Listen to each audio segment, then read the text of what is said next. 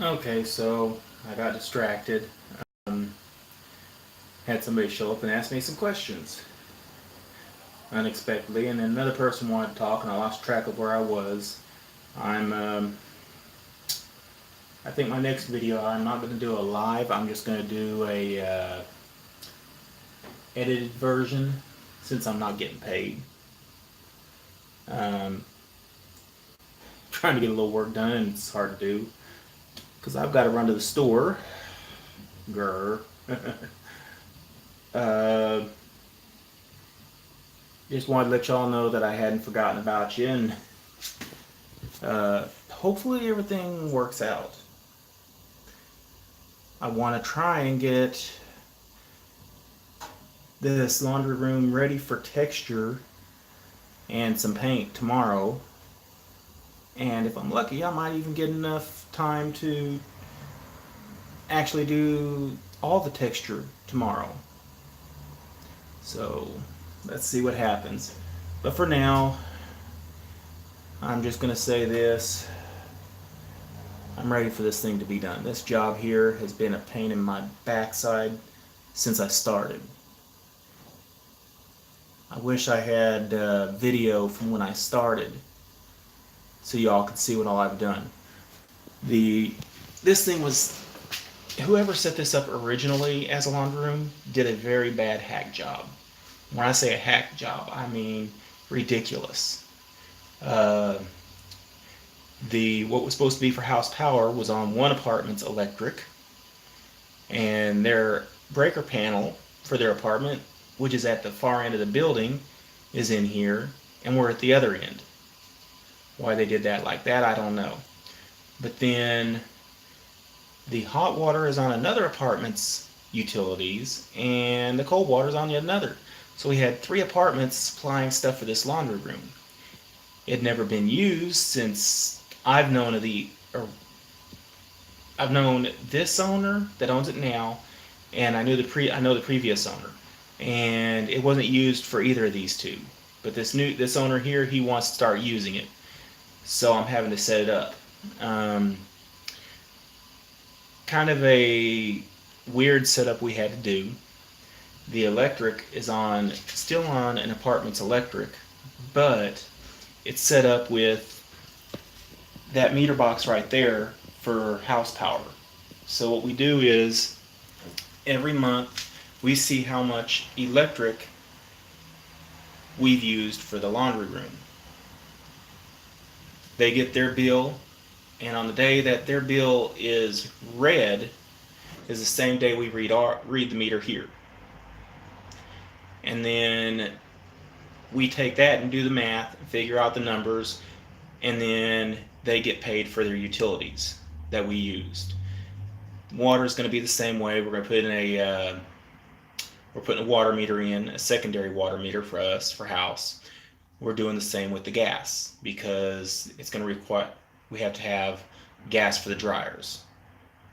So it's going to be fun figuring all this out. I've had to deal with it before at my dad's mobile home park. Those trailers there are all electric, but he had to figure out who was using how much water, because it's not right that everybody's paying the same amount whether they have just one person living in the trailer or 4 people living in the trailer. So he covers the water bill, but if it's extremely high, higher than usual, he has a meter at each mobile home, and he reads that water meter every month. And the one that has the highest water usage, when it's abnormal like that, he looks at them and he says, okay, well, here's the deal. You used way more water than you should have, and we figure that this is what you would normally use, and this is what you've used. So now you're going to have to cover this much of the water bill. And if they don't, it's grounds for an eviction. It's actually in the lease they signed that that's the way it is. So that gets upheld. And my dad has had to use that clause one time. And when he went to court, at first the judge started to side with the tenant And my dad pointed out, hold it, it's in the lease. They signed this agreeing to this. So the judge takes a look at the lease, says, well, yeah, it's in your lease. You signed it. Is this not your signature? Okay, well, you signed it, you agreed to it, and you violated your lease. So now you got to go. And granted the eviction. There's so much stuff regarding renting out properties that it can get downright crazy. Thankfully, I don't have to deal with it very much. But yeah, here every tenant pays for their own water, so it's no big deal. But I've actually seen where one property that this idiot owns, he has a set fee for the water, whether they use that much water or not. He says, okay, this is how much the water bills should be, so we're going to pay, y'all are going to pay this much. And he has it figured out down to the dime per apartment. And if that water bill is less than what he thinks it should be, he doesn't reduce the amount they owe that month for their water use. He leaves it the same. So he's profiting off the tenant for their water use. And I know with the electric companies, that's illegal.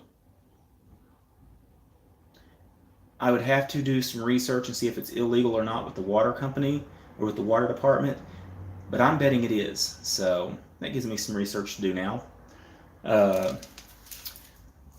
My friend, now another note, my friend who I've been delivering furniture for, I love working for the guy. He's a good guy, like family. This guy here, he's something else. He likes to take care of his employees. I mean, I made decent money last month, very decent money. Sadly, it was all gone to pay bills, but that's being resolved. At least the bills are getting paid and getting caught up now. And it's not my fault that they're behind, but it falls on me because I have to live there. But oh well. Anyway, right now I'm borrowing his van because my truck's down while I rebuild the engine. Bad gas mixed with the worn out engine really caused havoc on the engine. So I'm having to rebuild that. But I'm happy with it. It'll be done. While I was out of town, and this was something that really tripped me out. While I'm out of town, I had this lady, I don't know her name, but she was bullying one of my tenants at another building and was using his apartment as a place to do drugs in. He wasn't mentally competent to be on his own anyway. He's not strong-minded at all. Anyway, she got mad at one of the tenants there, and she's been breaking into the mailboxes there, stealing people's mail, stealing checks and stuff like that. The owner of the property, he's kind of playing games.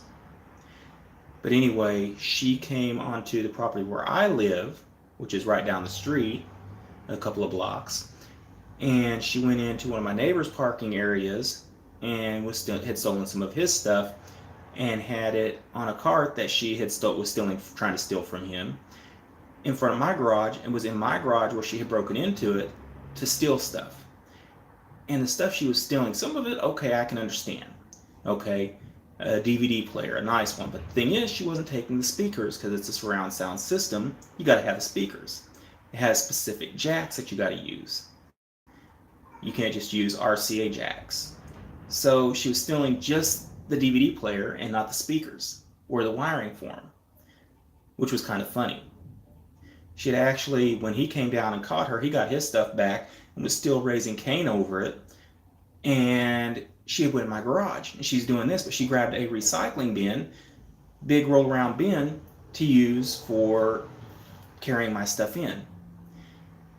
And she went in my toolbox where parts for my truck were brand new parts, brand new water pump. And she had grabbed that. Head bolts, so when I put the heads back on, I had new bolts for them. She was stealing those. She was stealing stupid stuff. I had a friend of mine give me some key card lock sets like motels use. And this woman, I don't know what she was thinking. She was trying to steal one of those. She took a empty box for a paint sprayer, an airless paint sprayer.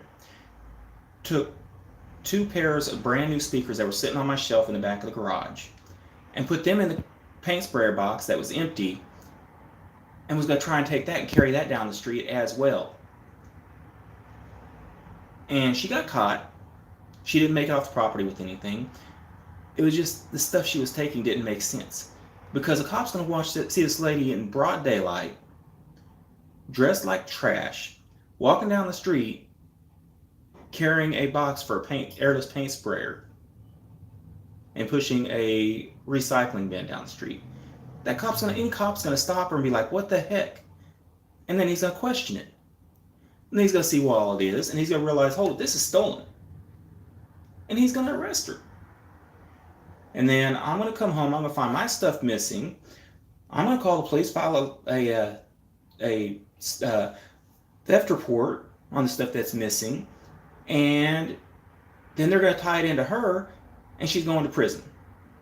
But she doesn't think like that. I think it's the drugs that convinced her to do that. But it's just one thing after another.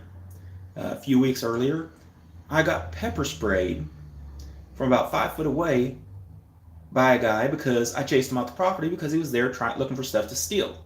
And his friends convinced him to spray me. So he sprayed me from a few feet away, and it didn't do anything to me. I was like, okay, and you pepper sprayed me, so what? Now you get to go to jail. Because see, I'm considered disabled because of my back. And when you assault a disabled person, you go to jail. It's a felony, automatic. There is no question. And in my case, he had no reason to assault me. I was not presenting a threat to him. He was outside the fence line by that time, and he turned around and went and sprayed me through the bars for the fence. So, yeah. And he didn't get to steal anything because I was the one that caught him, and I chased him off the property. And I went ahead and I had to call the police, and I made a police report. And the guys, I don't understand what they were thinking, because there's security cameras on the property and there's signs notifying people that there are security cameras on the property. So why was he doing this? These people do stupid stuff that doesn't make sense. I've had security cameras on this property for 2 years now. And anyway, these guys here got a description of them, gave them to the police, told them what happened. They took pictures showing the red splotches all over me. I was in my underwear outside when this happened, because I was actually in bed when this guy did this. It was the middle of the night. I'm talking 1:30 in the morning. But anyway, red splotches all over me. Cops took pictures of it, made their report, and then went looking for him. And I had told the cops, I says, look, I'm disabled. I carry a handicap placard in any vehicle I drive. I have handicap plates on my truck, and it's all legit. I'm not supposed to work. My doctor tells me he doesn't want me working.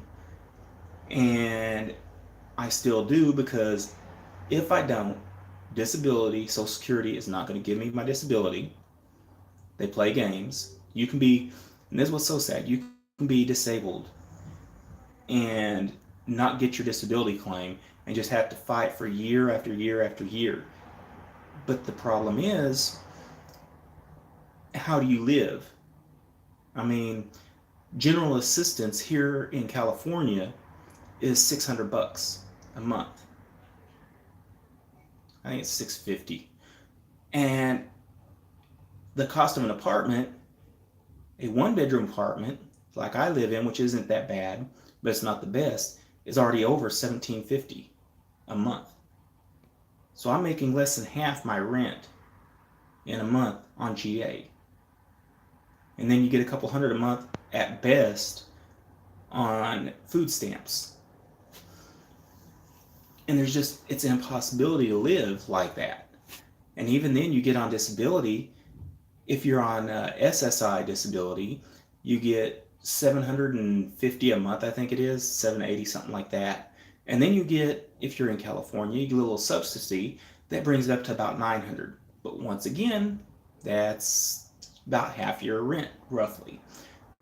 If you get regular disability, because you put enough into Social Security, you get $1,000 a month.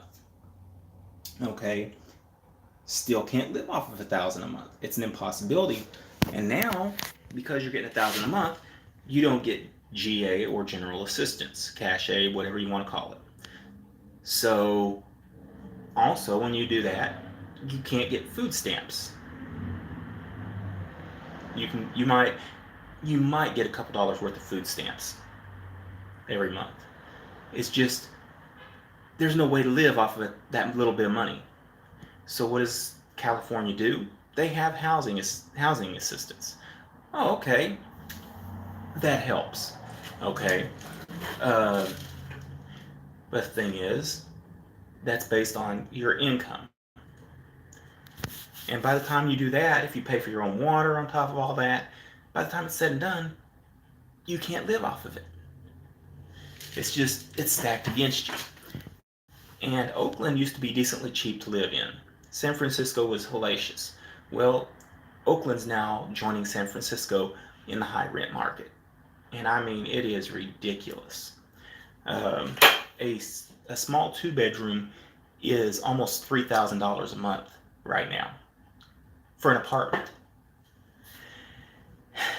And it gets worse. I mean, imagine if it was a 3-bedroom apartment. But if you move further away from Oakland and out of the Bay Area, specifically close to the Bay, where it's even hotter than it is here, your rent goes down.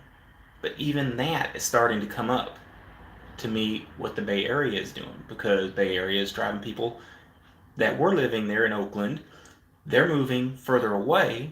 So all these other places are saying, oh, well, now I can charge more because they're expecting more. And it doesn't stop. Now, I think they're working on a law to stop that high rent. I think they're working on that until I know this is getting out of control. You know, when you can't get a 1-bedroom apartment in Oakland for under, $1,500 to $1,700, that's ridiculous. And this guy that I've been working for here that has his properties, every year he goes up on the rent. In 1 year, and this is what got me the most, he went from $1,250 a month to, what was it? I think he went up to it was $1,250, and then he went up to $1,750. And he's still trying to go up again. He wants to reach market value in as little time as possible. But he's only getting to do it to the people that are on housing because the law doesn't govern that. They have a law that says, oh, okay, well, you can go up only 1% per year on somebody who pays their rent in full. But if you're on housing, these rules don't apply. So screw you people that are on housing. So then the tenant has to pay a lot more on their rent. And it's not right. So they're working on that issue there.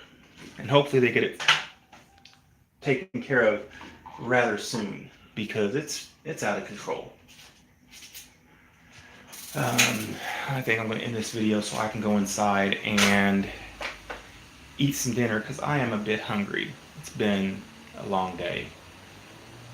But I don't know, I might stay out here, come back out and do a little more drywall mud. I'm ready to have this thing done. Anyway, I'll catch y'all on the flip side. Please comment, like, and subscribe. And have a wonderful week.